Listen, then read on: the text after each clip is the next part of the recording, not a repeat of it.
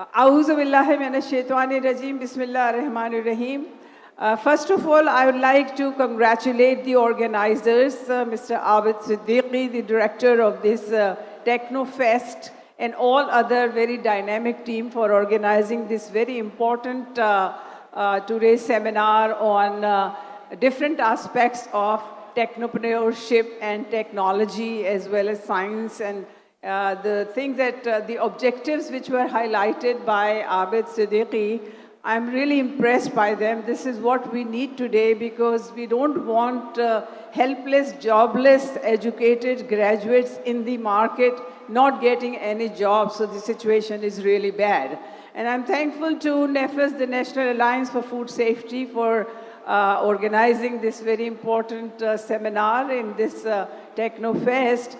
I feel so proud of NEFES, the National Alliance for Food Safety, for being so actively involved in it and also coming to talk about the developments, the dynamic developments in this area. And I'm so proud because I am the founder of National Alliance of Food Safety, which is really doing a wonderful job. They have been very active in all areas of food safety and food technology. So now, starting from what the situation is right now, we've heard a lot about the situation in Pakistan. But when we come to agriculture, my interest in agriculture is very close to my heart because you know that Pakistan is an agricultural country and majority of the population of Pakistan in different areas of Pakistan is involved in agricultural activity. And when we say agriculture, it's not only the crop, the plants, the fruits, etc. But we have to talk about food animals. So that is also a part of agriculture. And that comes to me from the fact that I was, selected from University of Karachi. I have more than 33 years of very, interesting and very effective experience of teaching, research, and working in different areas. If you sit on different positions, you get perspectives of all different chairs where you are, okay? So because of all the, this is also a week of the teachers, so I pay my tribute to my teachers who have made me what I am today, and I'm very proud that they have really gave me such technique, such information, such knowledge, such confidence that I was able to do well in different positions that I happened to sit on at Karachi University, starting from a lecturer to assistant professor to meritorious professor and chairman and dean and pro-vice chancellor, vice chancellor. So all our youth, they get good teachers and the teachers are dedicated. You all can get all these positions, the CEO of different industries. So all you have to do is try to get maximum from your teachers and the teachers are there to give them the best, okay? As teachers in universities and other education institutions, we are being criticized by the government agencies for what? They say that you are teaching the students, you are churning out students and graduates who are coming to the market without any skill set. They are useless for us. जो कि अभी जावेद साहब भी कह रहे थे कि इतने सारे ग्रेजुएट्स जो हैं निकल रहे हैं यूनिवर्सिटीज़ से, दूसरे इंस्टीट्यूशन से, और इंडस्ट्री जो है उसके पास उनके लिए जॉब्स नहीं हैं because they are not coming with the right skill sets which are required by the different industry. So the field has really changed and that is why I think I congratulate the Jamaat-e-Islami students wing for realizing the problems of more than 60% of the youth population of Pakistan who is suffering. You people are the future of Pakistan. You people are going to handle this country. We have had our century. We have received much attention. But you need to be equipped with the right set, okay? So the agriculture field in Pakistan, since I was member Animal Sciences at the most important organization, the Pakistan Agriculture Research Council, which is in Islamabad and which has its centers in different provinces of Pakistan. I was heading that for 3 years. And during that period, I got to know a lot. इतना कुछ मैंने सीखा क्योंकि पूरे पाकिस्तान में agriculture research council के centres हैं और जो हमारे फूड एनिमल्स हैं और हमारी जो क्रॉप्स हैं उनकी जो हालत है उसके बारे में बहुत कुछ बड़े करीब से देखने को मौका मिला। और हमें अफसोस इस बात का है कि हमारी जो एग्रीकल्चर सेक्टर है वो अभी तक जो है सफ़र कर रहा है प्रोडक्टिविटी प्रॉब्लम से। प्रोडक्टिविटी यानी जब आप फार्म पे जाते हैं, यानी वहाँ से आपके एनिमल्स भी आते हैं, आपके क्रॉप्स भी आते हैं, फ्रूट्स भी आते हैं, वेजिटेबल्स भी आती हैं, तो जो वहाँ पे जानवरों को जो कुछ खिलाया जाता है उनकी फीड, और जो हमारे पौधों को जो कुछ खिलाया जाता है वो फीड, यानी सॉइल के अंदर जो कुछ चाहिए होता है। तो सॉइल की केमिस्ट्री यानी उसका मॉइस्चर, उसके केमिकल्स जो ज़रूरी हैं उसके अंदर, उसकी कॉम्पोजिशन जो है उसको सही नहीं रखा जाता। फिर एक ही जगह को इतनी मरतबा इस्तेमाल किया जाता है कि उसके सारे न्यूट्रिएंट्स जो है ख़त्म हो जाकर। तो ये जो हमारी प्रोडक्टिविटी के, फिर पानी का एक बहुत बड़ा इशू है जो एग्रीकल्चर सेक्टर फेस कर रहा है, और उसकी वजह से हमारी टेक्सटाइल इंडस्ट्री शिफ्ट हो गई है, ईस्ट पाकिस्तान चली गई है, बांग्लादेश चली गई है। तो वो भी एक बहुत बड़ा इशू है कि लो प्रोडक्टिविटी इन एवरी सेक्टर।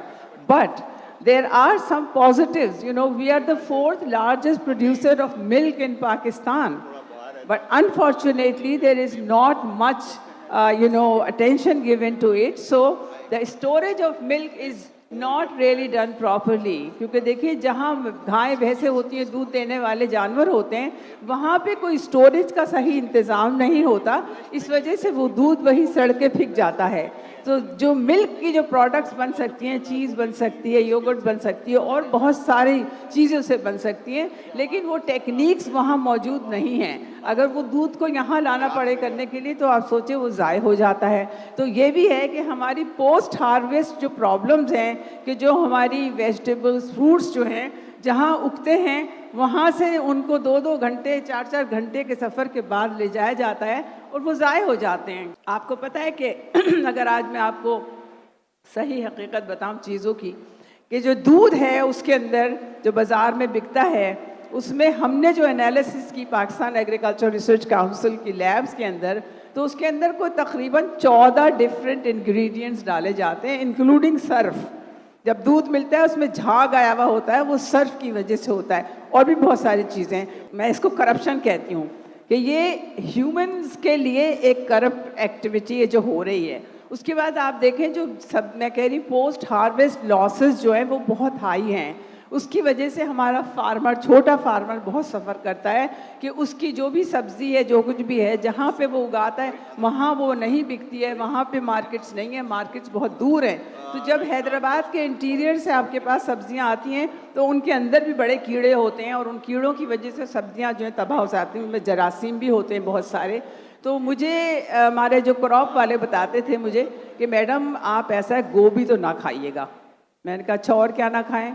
उन्होंने कहा ये जो है आपके करम कल्ला जो है, इनके तो अंदर कीड़े होते हैं, इसलिए उनसे निजात पाने के लिए हम क्या करते हैं कि इनको पेस्टिसाइड्स में भिगो के भेजते हैं, ताकि वो जब तक जहाँ पहुँचे मार्केट के अंदर तो वो उस वक्त तक कीड़ों ने ना खा लिया हो उनको। तो ये वाली एक मसला है। फिर दूसरे हमारे जानवरों का एक मसला है, जो हमारे फूड एनिमल्स हैं, जितना आप देख रहे हैं कि गोश्त कितना महंगा है, मटन भी कितना महंगा है। जो स्मॉल रुमिनेंट्स का जो फूड एनिमल्स हैं, स्मॉल रुमिनेंट्स हैं, लार्ज रुमिनेंट्स हैं, इनके जो प्रोडक्ट्स हैं वो इतने महंगे हैं, उनके प्रिजर्वेशन का कोई सही इंतज़ाम नहीं है।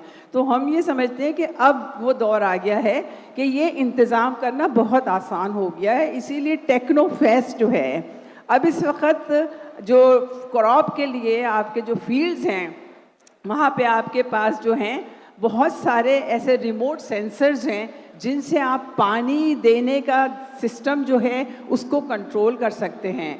जो और कोई प्रॉब्लम्स हैं सॉइल की एनालिसिस के या सॉइल के कॉम्पोजिशन के, वो भी आपके पास ऐसी मशीनरी, ऐसे टूल्स अब आ गए हैं कि उससे आप सॉइल को हेल्दी बना सकते हैं, ताकि आपके पास हेल्दी वेजिटेबल्स, हेल्दी फ्रूट्स आएँ। फिर उसके बाद इन फ्रूट्स को और इनको भी आप इस तरह की चीज़ों से ट्रीट कर सकते हैं, ऑर्गेनिक चीज़ों से, ताकि वो जब आप तक पहुँचें तो उनके पास वो जहरीली पेस्टिसाइड्स ना हो, ताकि हम लोग ना सफ़र करें उनसे। इसी तरह हमारे जो दूसरे कैश क्रॉप्स हैं, कॉटन है, कॉटन को आपको पता है कि ख़वातीन के जो उंगलियां होती हैं बहुत ही नाजुक और सॉफ्ट होती हैं, तो जो कॉटन के फूल हैं उनको तोड़ने के लिए ख़वातीन को हायर किया जाता है, लेकिन कॉटन पे इतना पेस्टिसाइड डाला है, जो हमने इतनी सारी स्टडीज़ की हैं उसके अंदर ये पता चला है कि वो जो पेस्टिसाइड्स हैं वो उनके नाखूनों से अंदर टिश्यू में चली जाती हैं, और वो माएँ जो बच्चों को दूध पिलाती हैं वो बच्चों तक पहुंच जाते हैं वो पेस्टिसाइड्स। तो इसके लिए भी बड़ी अच्छी टेक्नोलॉजीज़ अब आ गई हैं, तो उनको इस्तेमाल करना चाहिए। जो फूड की प्रोसेसिंग है उसके लिए एक दफ़ा आपके फार्म से फूड आ गई, उसके बाद आपकी डिनर की टेबल तक पहुंचने तक जो है इतनी सारी प्रोसेसेस हैं, और वो प्रोसेस बड़ी कम्बरसम, बहुत टाइम कंज्यूमर होती थी। लेकिन अब ऐसी टेक्नोलॉजीज़ आ गई हैं कि ऐसी मशीनरीज़ आ गई हैं जिनसे कि सब कुछ बहुत फास्ट तरीके से हो सकता है। तो ये वो दौर है टेक्नोलॉजी का जहाँ पे हमें ये देखना चाहिए कि जो डेवलपमेंट्स टेक्नोलॉजी में हो रहे हैं उनको हम फूड इंडस्ट्री में सेफ फूड प्रोवाइड करने के लिए किस तरह से इस्तेमाल कर सकते हैं। तो इसके लिए ये है कि हमारे जो स्टूडेंट्स हैं उनके पास तो ये नॉलेज है, लेकिन जो पुअर फार्मर है उसके पास तो इस किस्म की नॉलेज नहीं है। तो ये बड़ा ज़रूरी है कि फार्म पे जाके फार्मर्स को एजुकेट करें। तो मुझे एक दफ़ा मौका मिला कि आपको पता है हमारी सुर्ख मिर्च जो है उसका जो पाउडर है और सुर्ख मिर्च जो है उसके बड़े बड़े लॉट्स जो हैं वो रिजेक्ट हो जाते थे जब दूसरी कंट्रीज़ में जाते थे, और अभी भी ऐसा होता है। तो मैं खुद गई और हमारी टीम गई वहाँ पे। कुनरी जो है, Kunri is the centre where there is lot of red chilli का कल्टीवेशन होता है वहाँ पर। तो वो क्या करते हैं कि जब उनकी मिर्चें तैयार होती हैं तो उसके बाद वो उनको चादर बिछा के उसके ऊपर फैला देते हैं ताकि वो सूख जाएं। तो वो कम्प्लीटली अगर सूख जाएंगी तो उसके बाद उनका पाउडर बनेगा, तो उसके अंदर एफ्लाटॉक्सिन का कॉन्सेंट्रेशन बहुत कम होगा। लेकिन वो क्या करते हैं कि ये फैलाया उन्होंने, और आपको पता है जब धूप चली जाती है तो उसके बाद ओस पड़ने लगती है, और वो ओस उन पे पड़ जाती थी, उसके बाद वो बंद करते थे उसको। तो आप सोचिए फंजाई को ग्रो होने के लिए बस थोड़ा सा मॉइस्चर चाहिए होता है। तो वो फंगस से इन्फेक्टेड चिलीज़ जो हैं जब वो मार्केट में जाएंगी, पिस के उनका पाउडर बनेगा और वो फिर एक्सपोर्ट में जाएंगी, तो एक्सपोर्ट वाले तो उनको सारा टेस्ट करते हैं, उनके अंदर अगर इतने से भी ट्रेसेस एफ्लाटॉक्सिन के हों तो पूरा लाखों का किलो का वो जो है वो रिजेक्ट हो जाता है। तो फिर हम खुद गए फार्मर्स के पास और हमने उनको एजुकेट किया इसके लिए कि देखें आप धूप जाने से पहले इसको बंद करके रखा कीजिए, और जब धूप तेज़ हो जब आप इनको फैलाया करें। तो कुछ बेहतरी आई है अभी, लेकिन जाहिर है कि टेस्टिंग तो है, आपको बाहर भेजना है सामान तो उसके अंदर मसले होंगे। आपको पता हमारे आम जो हैं वो अमेरिका में और कनाडा में नहीं जा पाते थे। तो फिर हमारी मीटिंग इंटरनेशनल एजेंसीज़ के साथ, पाकिस्तान एग्रीकल्चर काउंसिल के अंदर उनके साथ मीटिंग हुई। उन्होंने कहा कि ये आपके आम के ऊपर इतना फंगस होता है तो ये हम नहीं इजाज़त देंगे इसको। फिर उन्होंने पूरी बताया कि भाई आप इसको एक खौलते हुए पानी से या एक ख़ास टेम्परेचर का जो पानी है उससे अच्छी तरह धोएं, उसके बाद उसको सुखाएं, फिर उसके बाद आप इसकी पैकिंग करें और वो ड्राई होनी चाहिए। तो वो फिर मशीनरी वहाँ पे बनाई गई, और उसके बाद जो है अब हमारे आम, आपको कनाडा में जाइए तो आपको अनवर रोटोल भी मिलता है, और आपको काफ़ी सारे आमों की वैरायटीज़ कनाडा में, अमेरिका में भी अब आने लगी, लेकिन बहुत महंगे हैं। ज़ाहिर है 6 आम आपको मिलते हैं $40 में, तो आप सोचें डॉलर की वजह से कहाँ चला गया। लेकिन ये कि बहरहाल ये सब टेक्नोलॉजी के चेंजेस से। इसी तरह से फीड जो है, अगर आप एनिमल्स को फीड सही नहीं देंगे, पोल्ट्री को फीड सही नहीं देंगे, फीड के अंदर एंटीबायोटिक्स मिला के देंगे, तो आप खुद सोचिए कि एंटीबायोटिक का ट्रेस तो मशीन बता देती है कि इसके अंदर कितना ट्रेस है डिफरेंट एंटीबायोटिक्स का, तो वो रिजेक्ट हो जाता है। और उससे ये भी हो रहा है कि हमारे फार्मर्स ये डाल रहे हैं ये कहने के लिए कि हम पैथोजन फ्री फूड देना चाह रहे हैं इंसानों को, इसलिए हम इसमें एंटीबायोटिक डाल रहे हैं, जो कि बिल्कुल गलत है, क्योंकि वो एंटीबायोटिक फिर हमारे पास आ रही है, और उस चेन से हम जो है, हमारे पास जब इन्फेक्शंस होते हैं तो we get infected with antibiotic resistant organism, which is a world wide global huge problem. कि एंटीबायोटिक्स रह नहीं गई हैं हमारे पास, सारी एंटीबायोटिक्स ज़रा ख़राब हो गई हैं। आप सोचें कि इतनी अच्छी अच्छी एंटीबायोटिक्स तबाह हो रही हैं क्योंकि इनको जानवरों की फीड में मिलाया जा रहा है। तो मतलब ये सारी चीज़ें कंट्रोल करने की ज़रूरत है, और ऐसे इस वक्त गैजेट्स अवेलेबल हैं, ऐसी टेक्निक्स अवेलेबल हैं, ऐसी मशीनरी अवेलेबल है जहाँ से इन चीज़ों को फ़ौरन चेक किया जा सकता है। इसलिए हमारे फार्मर्स को, और जो इसमें लाइफ स्टॉक के अंदर और कल्टीवेशन में लोग इन्वॉल्व हैं, उनकी ट्रेनिंग करने की ज़रूरत है। और ये ट्रेनिंग कौन करेगा? मैं ये समझती हूँ कि हमारे जो स्टूडेंट्स हैं, यानी ये जो department of food science and technology, मैं बहुत बदनाम हूँ कि मैं जिस यूनिवर्सिटी में जाती हूँ वहाँ पे फूड साइंस एंड टेक्नोलॉजी का डिपार्टमेंट खोल देती हूँ। उसकी बेसिक वजह यह है कि फूड साइंस एंड टेक्नोलॉजी में सारे शोबे आ जाते हैं। उसके अंदर botany, zoology, chemistry, biochemistry, microbiology, molecular biology, ये सारी चीज़ें जो हैं फूड साइंस एंड टेक्नोलॉजी में आ जाती हैं और पढ़ाई भी जाती हैं। तो इसीलिए मैं ज़्यादातर यूनिवर्सिटीज़ में जाके ये डिपार्टमेंट्स खोल देती हूँ। और वो भी वजह ये कि इसकी बहुत सारी जॉब्स हैं, not only in Pakistan, abroad there are lots and lots of jobs in Middle East and other places also। इसीलिए जब मैं पाकिस्तान एग्रीकल्चर रिसर्च काउंसिल में थी तो हमें अपनी ये एग्रीकल्चर एजुकेशन को रेगुलेट करने की ज़रूरत है। ये नहीं हो सकता कि हर एक जगह पे एक एग्रीकल्चर प्रोडक्ट्स की शॉप खुल जाए और इसी तरह से कॉलेजेस में और यूनिवर्सिटीज़ में पढ़ाना शुरू कर दें। तो हमने वहाँ पे एक काउंसिल बनाई, national agriculture education accreditation council, जिसकी 10 साल तक मैं को चेयरपर्सन थी और हमारे पीआरसी के चेयरमैन उसके चेयरमैन थे, और वो अभी तक कायम है। तो इसका काम ये है कि तमाम यूनिवर्सिटीज़ में जो एग्रीकल्चर की एजुकेशन दी जाती है उसको रेगुलेट करना। और उसके अंदर जो क्राइटेरिया हमने बनाया है वो ये भी है कि जो हमारे ग्रेजुएट्स निकल रहे हैं एग्रीकल्चर के डिपार्टमेंट से, एग्रीकल्चर यूनिवर्सिटी से, तो उनकी retention with in the university और उनकी job situation in the market कैसी है। तो जिस यूनिवर्सिटी के प्रोडक्ट जो हैं मार्केट के इस्तेमाल में कम आते हैं उस यूनिवर्सिटी की रैंकिंग नीचे चली जाती है। तो इसलिए हम उसको रेगुलेट कर रहे हैं कि आप अपने एलुमनाई के साथ इन टच रहिए और उनको करियर में भी मदद कीजिए। तो जितने भी department of food science and technology और दूसरे डिपार्टमेंट से, अब सबके अंदर ये ज़रूरी हो गया है कि आप अपने स्टूडेंट्स को इंटर्नशिप के लिए तैयार कीजिए, ताकि जब वो इंडस्ट्री में जाएँ तो उन्हें पता हो कि उन्हें क्या क्या फेस करना होगा। तो आपको पता है कि इंग्लैंड में 1-2 यूनिवर्सिटीज़ ऐसी हैं जहाँ पे फूड साइंस एंड टेक्नोलॉजी पढ़ाई जाती है। तो वहाँ एक सेमेस्टर में स्टूडेंट जो है वो यूनिवर्सिटी में क्लासेस ले रहा होता है, दूसरे सेमेस्टर में वो इंडस्ट्री में होता है। इसका क्या मतलब है, जो अभी सुबह से बात हो रही थी कि industry academia interaction is very, very important. Why? Because the kind of education we are providing in the universities and colleges, that has to be linked with the industry. Otherwise, the career of our students is, like not there. तो वो जाके जो problem, तो वहाँ पे उन्होंने कहा industry में जाके देखें कौन सी मशीनरी इस्तेमाल होती है, वो मशीनरी में क्या होता है, कैसे होता है, फिर आप यूनिवर्सिटी में आके पढ़ें। तो ऐसा तो नहीं होता यहाँ, लेकिन अब ये कंपलसरी है तमाम डिपार्टमेंट्स में कि आपने अपने स्टूडेंट्स को जो है इंटर्नशिप रेलेवेंट इंडस्ट्री में देनी है। अब आप सोचें कि डायग्नोस्टिक इंडस्ट्री जो है हमारी, लेबॉरेटरीज जो हैं इतनी सारी, उनके अंदर अब ऐसे ऐसे इंस्ट्रूमेंट्स आ गए कि आप एक ड्रॉप ब्लड का डालें, आपको 100 डिफरेंट पैरामीटर्स पता चल जाएंगे। लेकिन हमने तो यूनिवर्सिटी में रखा ही हुआ नहीं है ये इतना बड़ा इंस्ट्रूमेंट। तो ये बड़ा ज़रूरी है कि वो यूनिवर्सिटीज़ के स्टूडेंट्स जाके वहाँ पे प्रैक्टिस करें, देखें कि क्या है। So we want to have the people from the industry in the board of studies of the universities, and also make sure that our students get a chance to go and spend some time in the relevant industry, so they know the challenges that they are going to face when they go for a job in such industry. यही pharma industry का काम है, यही diagnostic industry का, यही food industry का।